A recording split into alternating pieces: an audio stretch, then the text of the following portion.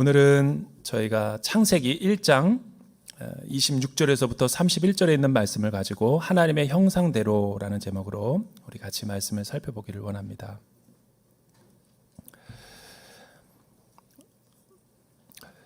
저희가 이 창세기를 계속해서 지금 묵상하고 있고, 이제 오늘이 드디어 이제 6일째 마지막 6일 동안의 창조가 다 끝나는 이 창조의 하이라이트, 이 사람을 어떻게 창조하셨는가, 그러니까 우주의 기원, 또 생명의 시작, 또 이 우리가 거주하고 있는 이 지구의 환경과 생태계가 어떻게 만들어졌는가를 이 세상의 관점이 아니라 하나님의 관점에서 우리가 지금 말씀을 통해서 살펴보고 있죠.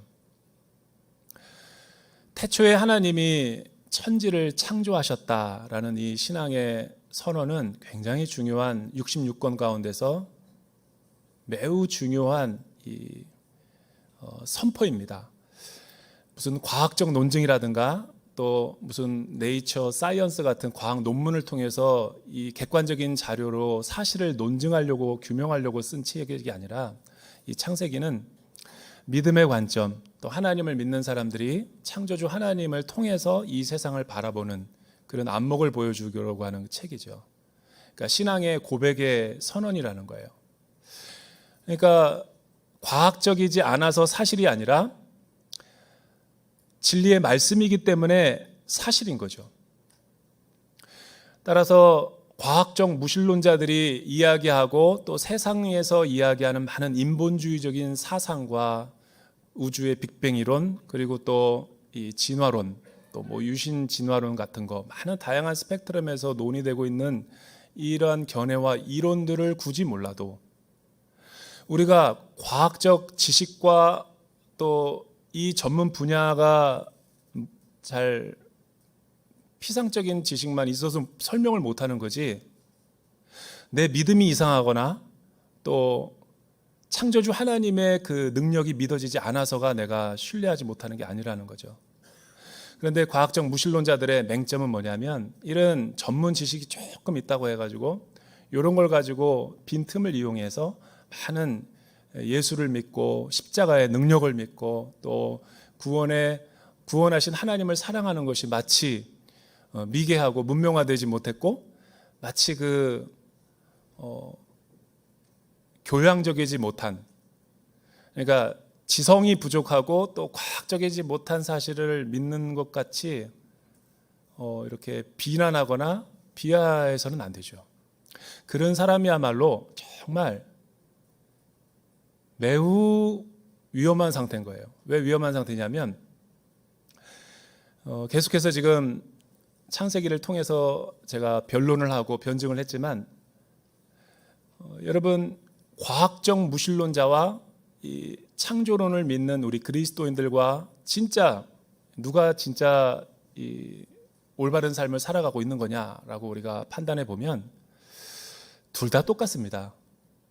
어떤 면에서 둘 다 똑같냐면, 진화론자나 우주 빅뱅 이론은 뭐 어떤 작은 점의 기원의 시작을 뭐 외부의 힘이든 어떤 힘에 의해서 원인을 모를 우연히 폭발을 해서 138억 년 동안에 팽창이 돼가지고 지금도 팽창하고 있고, 무한대로 질량 보존의 법칙에 의해서, 열역학 이 법칙에 의해서 지금까지 된다는 거죠. 이게 과학적인 설명. 6,500만 전에 소행성이 충돌을 해가지고 공룡 다이노소들이 다 죽고 파충류나 또 이런 지금 우리가 거하는 이 인류의 모습이 생성됐다라는 거잖아요. 진화론자들은 우리는 10년도 굉장히 기억해내기 힘든데 10만 년도 아니고 200만 년을 넣었다 뺐다 하면서 오랜 진화에 걸쳐서 해석이 안 되는 거는 다 환원시켜가지고 설명하는 거, 굉장히 대단한 믿음인 거예요. 그래서 저는 목사보다 무신론자들의 믿음이 더 뛰어나다. 왜냐하면 우리는 하나님이 창조하셨다라는 것을 분명한 이 창조 선언과 또 예수님의 그 사랑을 통해서 우리는 분명히 깨닫게 되는데, 예수 믿는 사람들은 말을 잘 못하고 예수 믿지 않는 사람들은 보지도 않아 놓고선 담대한 이 신념에 의해서 마치 우주의 신비와 생성을 본 것처럼 너무 강하게 얘기하니까 이게 누가 맞냐라는 약간 이제 그 논쟁이 붙어 있는 거죠. 아무도 본 사람이 없습니다. 그러나 하나님은 이 우주 만물을 창조하셨죠. 우리는 그 창조하신 하나님의 주권과 영광을 믿기 때문에 우리는 보지 못했지만 예수 그리스도를 통해서 우리가 영혼으로 하나님을 알아가고 믿을 수 있는 거죠. 여러분, 그래서 무신론자들을 매우 조심해야 돼요.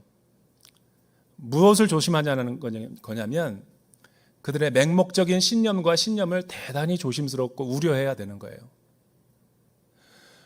보지도 못해놓고서 하나님이 있다 없다라고 말하는 것도 대단한 믿음이거니와 과학적이지 않은 걸 가지고 자꾸만 과학이라고 절대적인 믿음이라고 우기면서 말하는 것을 조심해야 되는 거예요.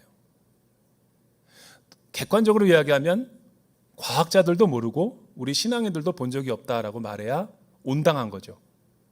그런데 마치 그들은 본 것처럼 객관적인 진리라고 하는 것처럼 이렇게 주장해서는 안 된다는 거예요. 그러니까 미디어라든가 언론, 교육에 우리가 속아서는 안 되는 거죠. 그래서 우리가 6일 동안의 창조를 통해서 우리가 하나님의 말씀을 지금 묵상해 보고 있는데 지난주까지는 우리가 이 창조 도표를 통해서 첫째 날에 빛을 창조하셨죠. 그리고 둘째 날, 셋째 날 있고 넷째 날, 다섯째 날, 여섯째 날이 셋째 날 이렇게 3일, 3일씩 해서 서로 상응하는 그런 도표를 제가 계속 보여드렸을 거예요.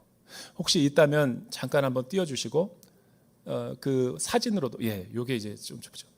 그러니까 첫째 날과 넷째 날이 서로 세트로 창조되는 거죠.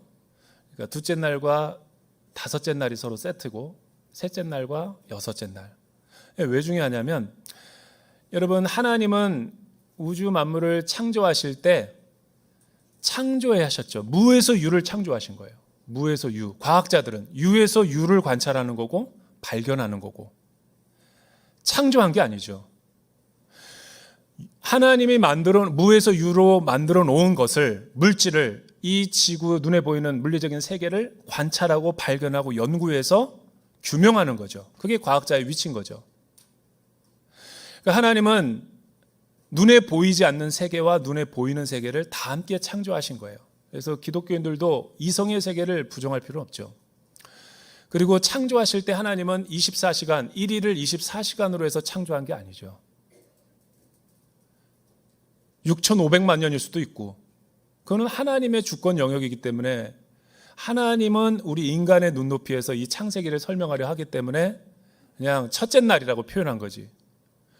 그리고 첫째 날 이제 하나님이 창조하신 것은 이 무에서 유를, 물질의 세계를 창조한 거죠. 그리고 물질을 창조했지만 형태를 준 것은 아니에요. 그러니까 The creation of existence, 존재하는 것들을 창조하신 거죠. 그 다음에 두 번째 하나님이 하신 위대한 창조가 6일 동안에 한 게 뭐냐면 Formation of creation, 형태의 창조인 거죠. 그러니까 형태와 내용을 가지고 하나님은 온 우주 만물을 창조하셨다라고 설명하는 게 창세기의 선포 내용인 거예요. 그러니까 하나님은 무에서 유를 창조하신 분이고 하나님은 질서를 주셔서 어떤 목적과 의미를 가지고 이 세상을 창조하신 거지 정교하고 아주 지적인 설계로 창조하신 분이지 쓸모없어서 할 일이 없어서 여유가 있어서 우연하게 그렇게 창조하신 게 아니라는 거예요. 오늘 말씀을 보면 더 이것이 구체적으로 드러나는데 여러분 하나님이 지적 설계 아주 정교하고 아주 섬세하게 사랑으로 창조했다는 걸 어떻게 알 수 있나요? 사랑이라는 단어를 안 썼지만 이 우주 만물의 피조의 세계의 6일 동안의 창조를 보면 뉘앙스로 느껴지는 거예요. 왜? 첫째 날 보면 빛이 있었죠. 여러분 태양을 창조한 게 아니에요. 빛을 창조한 거예요. 태양은 언제 창조해요? 넷째 날. 해와 큰 광명체, 작은 광명체, 달과 별들을 창조하신 거죠. 이 달과 별의 숫자가 몇 개라고 그랬죠? 우리 같은 은하수는 1,000만 개가 넘고요. 우리와 같은 행성의 소우주들은 수십억 개. 그런데 이 수십억 개 가운데 지구와 같이 사시사철과 연안과 계절과 생명체가 살 수 있는 거주 환경과 물이 있는 곳, 공간이 있는 것은 없어요. 나사가 아무리 찾아봐도 주님 오시는 날까지 없어요. 여러분, 둘째 날과 다섯째 날은 하나님은 이 빛을 창조하시고 물질을 창조한 세계는 물로 다 덮여 있었어요. 그때 하나님은 공간을 만드셨죠. 스페이스. 그리고 궁창 위와 궁창 아래로 구분을 하신 거예요. 그리고 다섯째 날 뭐를 창조했나 보시죠. 여러분, 하늘에는 공중나는 새, 그리고 바다 아래에서는 수중에서 살 수 있는 생물과 동식물들을 만든 거죠. 이게 우연입니까? 얼마나 디자인이 잘 된 거예요. 그리고 셋째 날과 다섯째 날은 하나님은 지각 대변동을 일으키셔서 이 지구가 다 물로 덮여 있었어요. 물로. 믿지 않겠지만 노아의 홍수 때 가면 나타날 거예요. 여러분, 진짜 이 우주의 물은 바다에 다 있는 게 아니에요. 그리고 하늘 오존층, 하늘의 수증기로 있는 게 아닙니다. 진짜 전라도 사투리로 겁나게 많은 물은 어디 있냐면 지하수에 있어요. 모르셨죠? 지하수가 엄청난 물이 있습니다. 근데 지각 변동을 일으키셔서 물을 한쪽으로 모으셔서 바다를 만드시고 묻이 드러나라 해서 땅을 만드시고 식물을 심으셨죠. 창조하셨죠. 그리고 마지막 여섯째 날, 지난주까지 설교는 이 거주 환경을 생태계를 만든 다음에 하나님이 종류대로 동식물들을 만들고 가축과 맹수들을 만드셨죠. 그리고 그들이 먹을 수 있는 씨 맺는 채소들과 또 씨 맺는 각종 열매들을 창조하신 거예요. 이게 우연하게 이렇게 만들어진 건가요? 과학적 무신론자들과 진화론자들과 우주 빅뱅 이론가들은 설명이 안 됩니다. 모든 것을 시간으로 환원시켜서 35억만 년 동안 진화했다. 왜 불가능하냐? 라는 사람의 믿음과 창조주 하나님이 미슐랭 레스토랑에 가서 맛있는 근사한 음식을 먹고 나서 이 음식을 만든 사람은 없어! 라는 사람과 누가 믿음이 있는 거예요?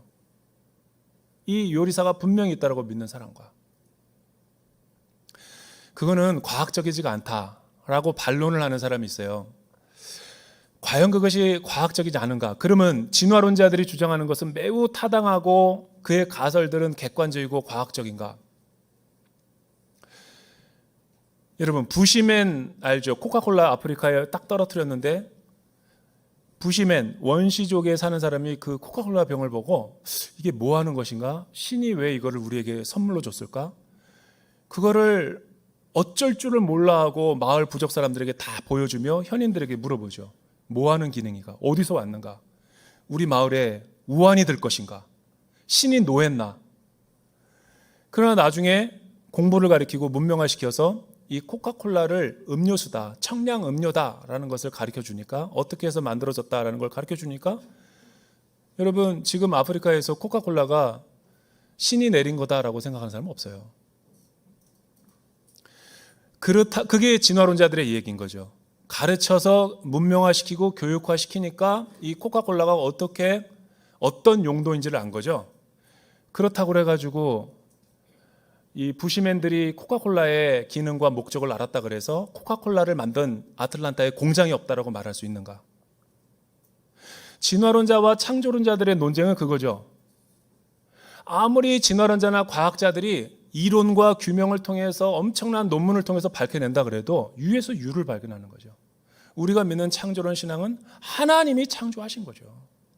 누가 더 진짜 믿음이에요? 그러니까 전혀 주눅들 필요 없죠. 대단한 신념인 거죠. 그거를 믿는 거니까.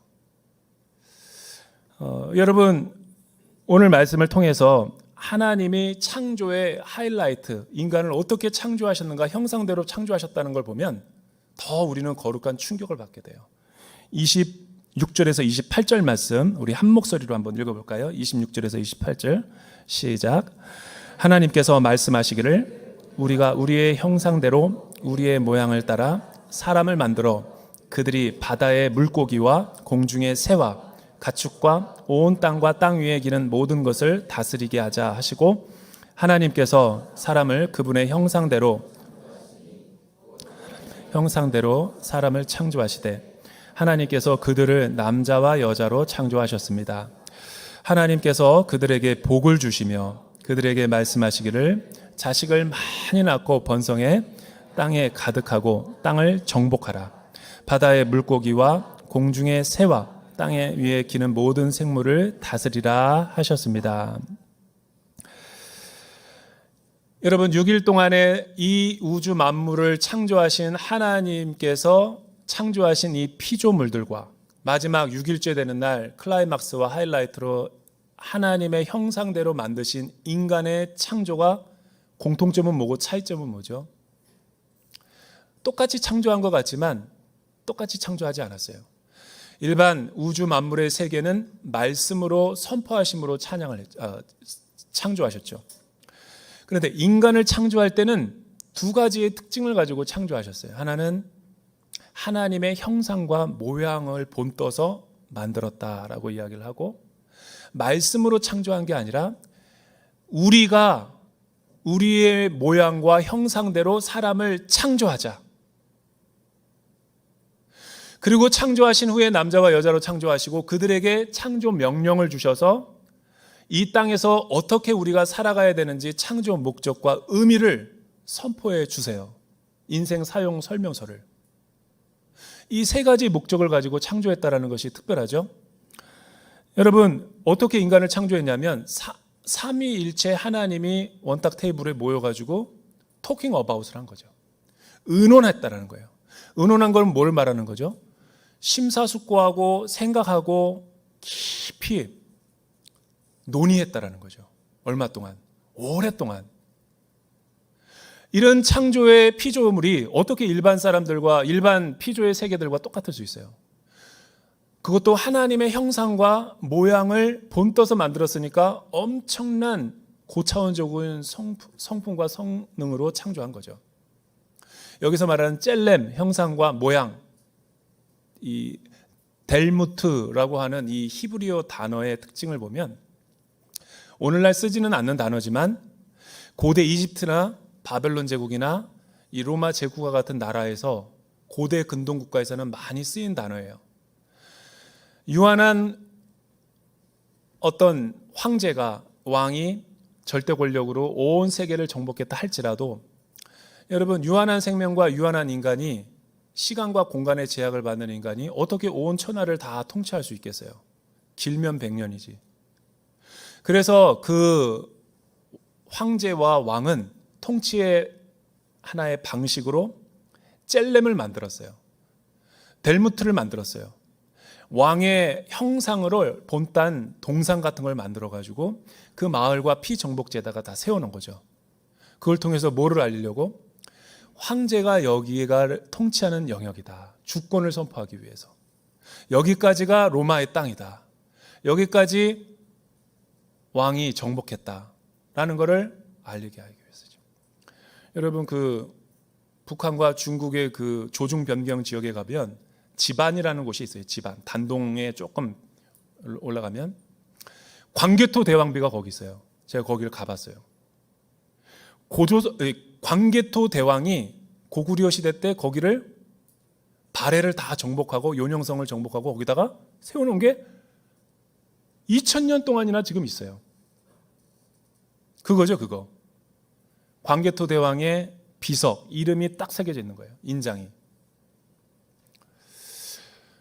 그게 젤렘이고 그게 델무트죠.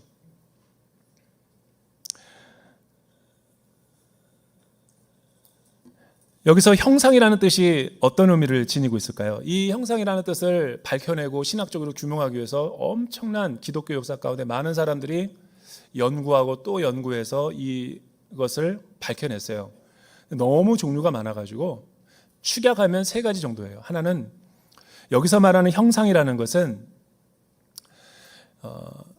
하나님의 그 어떤 영혼의 속성을 인간이 실체적으로 갖고 있다. 그래서 사람은 육체뿐만 아니라 영혼을 지닌 존재다. 정신적인 존재다라는 것이 형상의 의미고요. 그러니까 이 인간만이 동식물과 똑같이 공통점도 있지만 공유적인 속성도 있지만 공유가 되지 않는 속성이 있죠. 그리고 사람과 하나님이 공유되는 속성이 있지만 공유되지 않는 속성도 있죠. 우리가 하나님의 형상이니까. 또 동물과 같이 창조됐으니까 뭐 번식 능력은 똑같죠.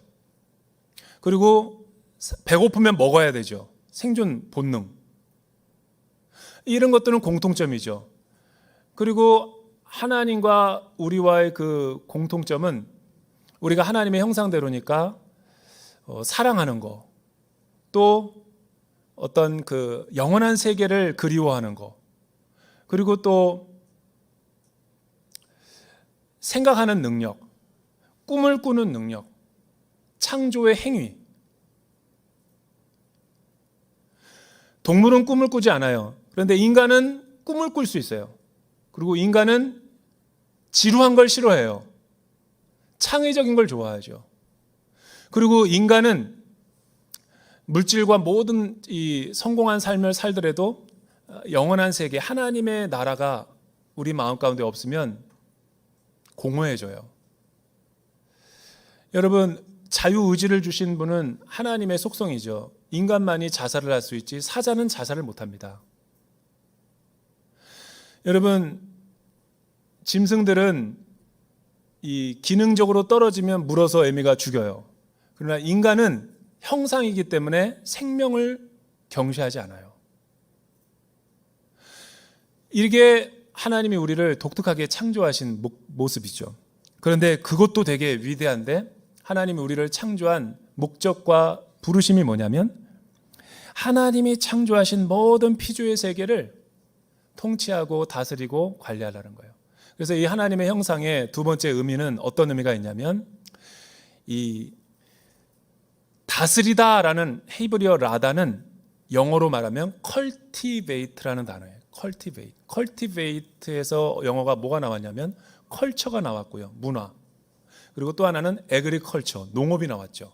이 두 가지 의미가 인간에게 주어진 거예요. 인간은 일을 해야 돼요. 그리고 인간은 창조적으로 자신에게 있는 환경을 개척하고 또 새롭게 하고 만들어 가지고 이 관리를 해야 되는 거죠. 하나님이 창조한 세계를. 그리고 여기서 하나님이 형상대로라는 것은 삼위일체 하나님처럼 만들었다. 관계적이고 소외되는 사람이 없이 완전한 연합으로 만든 거예요. 그러니까 하나님은 소외되는 것을 매우 싫어하세요. 인간도 우리가 본받았기 때문에 인간도 다 참는데 사람이 외로워지거나 소외되는 걸 되게 힘들어해요. 그래서 남자와 여자를 창조하신 거고 사람은 공동체를 떠나서 살 수 없어요. 코로나 팬데믹이 보여주죠. 사람은 혼자 유아독존으로 존재할 수 없어요. 그래서 의지할 사회나 공동체가 중요한 거예요. 나는 혼자 잘 살아. 그런 사람이 페이스북 하고 있고, 그런 사람이 동호회 자전거 타는 데 가고, 나는 혼자도 잘 살아. 그러면서 취미생활 하죠. 그런 게 다 우리의 하나님의 형상대로 지음을 받은 우리 존재 부르심이라는 거예요. 여러분, 하나님의 형상대로라는 그 영혼 가운데는 이성도 포함되어 있는 거죠. 하나님이 이성의 영역을 주었기 때문에 우리가 이성을 가지고 창조적으로 다 우리가 이 세상을 다스리면서 살 수 있는 거예요. 만약에 인간에게 손을 쓸 수 없고 생각할 수 있는 능력이 없다면 이 피조의 세계를 다스릴 수 없어요. 왜냐하면 우리보다 힘센 야생동물이 많거든요. 인간이 연약함에도 불구하고 세상을 정복하고 다스릴 수 있는 이유는 이성에서 나오는 거예요. 이게 하나님이 우리를 위대하게 창조하시고 하나님의 창조 사역으로 우리를 초대해 주셨다는 거죠. 그 창조 명령, 우리 인생을 어떻게 하나님께서 살기를 원하시는가, 존재의 의미를 5가지를 한번 살펴보죠. 여러분 28절 보면 제가 한번 읽어드릴게요. 5가지를 창조하셨습니다. 복을 주셨다. 그러면서 말씀하시기를 자식을 많이 낳아라, 생육하라, 두 번째 번성하라, 땅에 충만하라, 가득하라, 그리고 정복하라, 그리고 마지막에 다스리라. 이 5가지를 2가지로 압축하면 다스리고 잘 지키라는 거예요. 하나님이 만들어 놓은 피조의 세계를 창조의 목적대로 그 주권의 능력을 하나님께서 인간에게 주셨으니까 인간으로 하여금 대리자로서 젤렘, 델무트처럼 인간이 가는 곳마다 하나님의 영광을 드러내도록 그렇게 우리를 부르신 거예요. 그런데 인간이 또 이 서구 기독교가 이 창세기를 곡해하고 왜곡하고 잘못 해석해서 정복하고 자연을 훼손하고 생태계를 파괴하고 또 힘이 약한 나라를 힘에 의한 균형을 깨고 지배하고 침략하고 이러는 걸로 잘못 해석한 거죠. 그거를 말하려는 것이 아니죠. 옆에 있는 사람들을 바라보세요. 이렇게 한번 선포해 봅시다. 당신의 얼굴을 보니 하나님의 얼굴을 보는 것 같습니다. 왜 웃으시는 거죠? 웃으시는 이유는 2가지죠. 하찮게 여겨져서. 2번째는 네가 무슨 하나님의 형상이야. 이런 자조 섞인 웃음. 그런데 우리가 오해하는 것 중에 하나가 우리가 우리를 바라볼 때는 그렇게 하대하고 홀대해요. 그러나 이거는 하나님이 우리를 창조하시고 바라보는 피드백이죠. 평가죠. 서구 기독교가 또 복음주의자들이 이 성경 본문을 잘못 해석한 것 중에 하나가 또 하나는 뭐냐면 우리는 찬양할 때 축복성을 할 때 옆에 사람을 바라보면서 God bless you 웃는 신용하면서 그렇게 하나님의 형상을 가졌다라고 인정하고 우리는 그렇게 축복하죠. 그러니까 은혜가 덜 되는 거예요. 사람이 태어나면서부터 하나님의 형상을 가지고 태어났다라고 말하는 게 어폐가 있는 거죠. 우리는 하나님의 형상을 가지고 있다라고 말하면 안 되죠. 하나님의 형상인 거죠.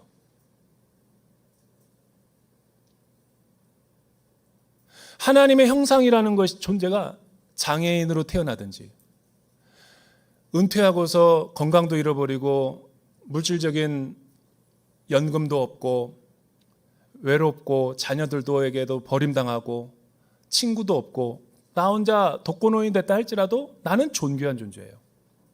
장애인을 가지고 정상이 아니라 그래서 이렇게 평가절하하고 무시하고 여성을 비하하는 사람들은 그건 창세기를 공부를 안 해서 그런 거예요.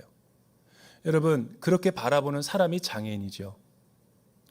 물질이 있으면 좋은 대학을 나오면 인생 성공한 것 같고 돈이 없고 건강을 잃어버리고 외로워지니까 쓸쓸해지니까 나는 참 가치 없는 존재다, 쓸모없는 존재다, 늘 죽음을 묵상하는 노인들이 있다면 그건 하나님의 형상을 파괴하는 거죠. 여러분, 우리가 하나님 앞에 이제 섰을 때 너 어느 대학 나왔냐? 너 이 땅에서 살면서 얼마큼 재산이나 모았냐? 무슨 업적이 있냐? 어떤 직장에서 평가를 받았냐? 자녀는 몇 명 낳았냐? 그거 가지고 우리가 하나님 앞에 의롭다 받는 존재가 아니에요. 이 죽음을 보면 참 신비로운 게 다 놓고 가요. 이 세상에서 우리가 추구하는 헛된 가치들을 다 놓고 하나님 앞에 벌거벗은 그리스도인으로 가는 거죠. 근데 우리가 예수를 믿는다는 것은 그 내세에 갈 하나님 나라를 미리 땡겨가지고 지금 여기서 하나님의 통치를 받으면서 누리는 거거든요. 그러니까 그 믿음을 가지고 세상을 저항하면서 이 반신적인 문화와 반기독교적인 문화를 저항해서 살아가야 되는데 하도 세파에 찌들려 살다 보니까 물질 만능주의와 또 세속적 가치관이 쓰나미처럼 우리의 삶에 침투하다 보니까 우리도 주눅이 들어서 형상대로 보지 못하고 세상에서 바라보는 평가와 잣대로 나를 바라보니까 초라해지는 거죠. 그러면 안 돼요. 여러분, 아무리 지적장애인이라 할지라도 아무리 아무것도 경제적인 생산수단이 없다 할지라도 이 세상에 태어난 불구자라 할지라도 존귀한 존재예요. 그게 기독교의 가치입니다. 여러분, 기독교가 우월한 이렇게 도덕적으로 굉장히 뛰어난 게 뭐냐면 생명 경시 사상을 거부해요. 노예 해방을 시킨 종교는 이 세상에서 기독교밖에 없어요.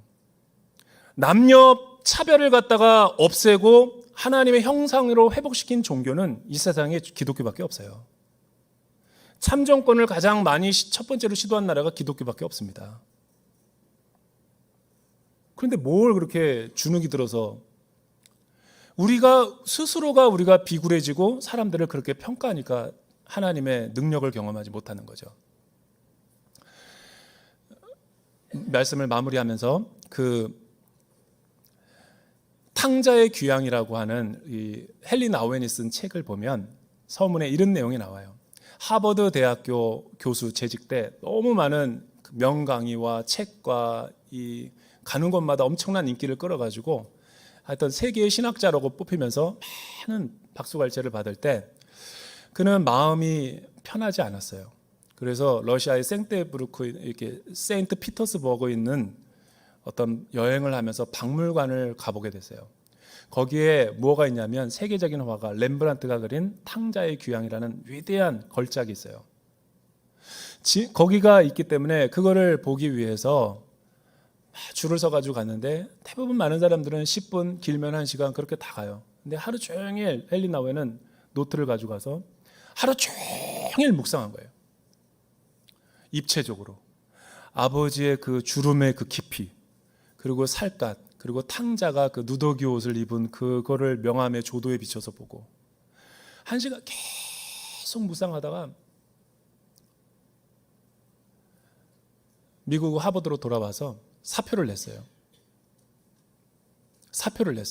그 하나님의 고귀한 형상대로 지은 그 탕부 하나님이 탕자를 받아주는 그 형상의 그 능력을 보고 하버드직을 내려놓고 캐나다 토론토의 외교 근교에 있는 데이브레이크라고 하는 정신 박약아들만 모이는 지체 장애자들을 데리고 심근경색으로 돌아가실 때까지 평생 거기서 공동체에 헌신하면서 살았어요. 근데 헨리 나우엔의 말입니다. 헨리 나우엔은 가톨릭 신학자인데도 불구하고 복음주의나 개신교, 한국교회에 엄청난 영향을 미쳤어요. 왜? 성경적인 삶이니까. 그리고 그가 남긴 모든 책들은 지금까지도 엄청난 영향력을 끼치고 있죠.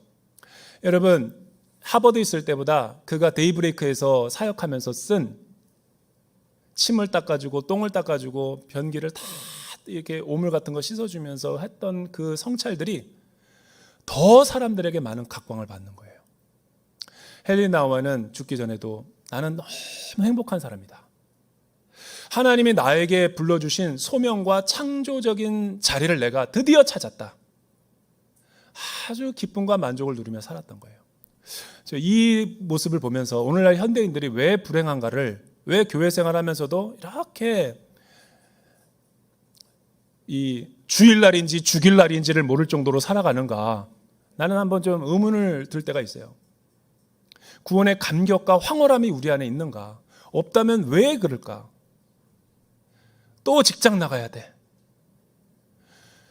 그리고 커피 타오라 그러면은 내가 커피 타는 인형이야?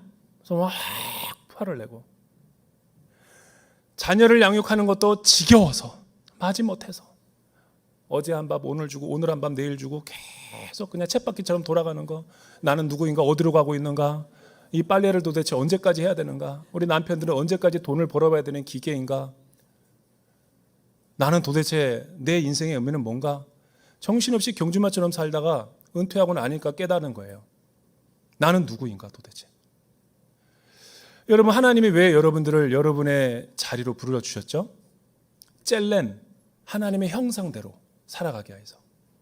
그러니까 내 삶을 하나님의 형상대로 리프레젠테이션, 투사를 시켜서 내가 가는 곳들마다 하나님의 영광을 드러내려고 하기 위해서. 여러분, 커피를 탈더라도 하나님을 묵상하면서 타십시오. 양파를 벗기더라도 하나님을 감탄하면서 요리를 하셔야 되고, 설거지를 하더라도 보혈로 내 마음을 씻듯이 설거지를 해야 되고, 양육하는 게 지겹고 지치고 끝나지 않은 싸움 같지만 자녀를 보는 게 예배인 거예요. 기저귀를 가는 게 예배라는 걸 생각해 본 적 있어요? 헨리 나우에는 그거를 성찰한 거예요. 여러분, 이런 하나님의 이렇게 형상의 복음을 회복하면 쓰레기를 치우는 것도 기쁨입니다. 일할 수 있다라는 것도 아주 기쁨인 거예요. 내가 이 설교할 때 여러분들 아멘 안 할 줄 알았어요. 내 원고에 보면은 아멘 안 함. 우리는 완악하고 아주 그냥 강팍하거든요. 엄청난 은혜를 받아놓고선도 당연하지 않은 것을 당연하게 여기는 이 뻔뻔스러운 신앙. 경탄해야죠. 밥을 먹다가도 경이로워야죠. 여러분, 나이가 드는 게 추한 게 아닙니다. 안티에이징 하는 거 그거 별로 안 좋아요. 성형수술 그거 권면하지 않습니다. 주름이 늘어지면 늘어지는 대로. 그게 멋있는 거예요. 염색도 웬만하면 하지 마세요. 여러분은 있는 모습 그대로 존귀한 존재인 거예요. 아멘 3사람 했어요. 언제까지 아멘 안 하는가 한번 봅시다. 오늘 설교가 연장전까지 가야 될 것 같은. 잘 생각해 보세요. 자녀가 공부를 못하면 퇴근하고 막 그렇게 사는 도대체 제도가 어디서 온 거냐는 거예요. 있는 모습 그대로 한번 사랑해 보셨어요? 너는 형상이다, 형상. 이게 기독교인 거예요. 그렇게 기독교의 능력을 회복하고 여러분들이 살아갈 수 있기를 주님의 이름으로 축복합니다. 기도하겠습니다. 살아계신 하나님 아버지, 인본주의적인 세상의 가치관들과 진화론과 또 우주의 빅뱅 이론들, 여러 가지 세속적인 가치관들이 우리 기독교 안에 침투해서 우리를 혼미하게 하고 있습니다. 주님, 하나님이 우리의 삶을 통해서 하나님이 되어 주십시오. 우리가 가는 곳마다 하나님의 영광을 드러내는 형상이 되게 하여 주시옵소서. 예수님의 이름으로 기도드립니다.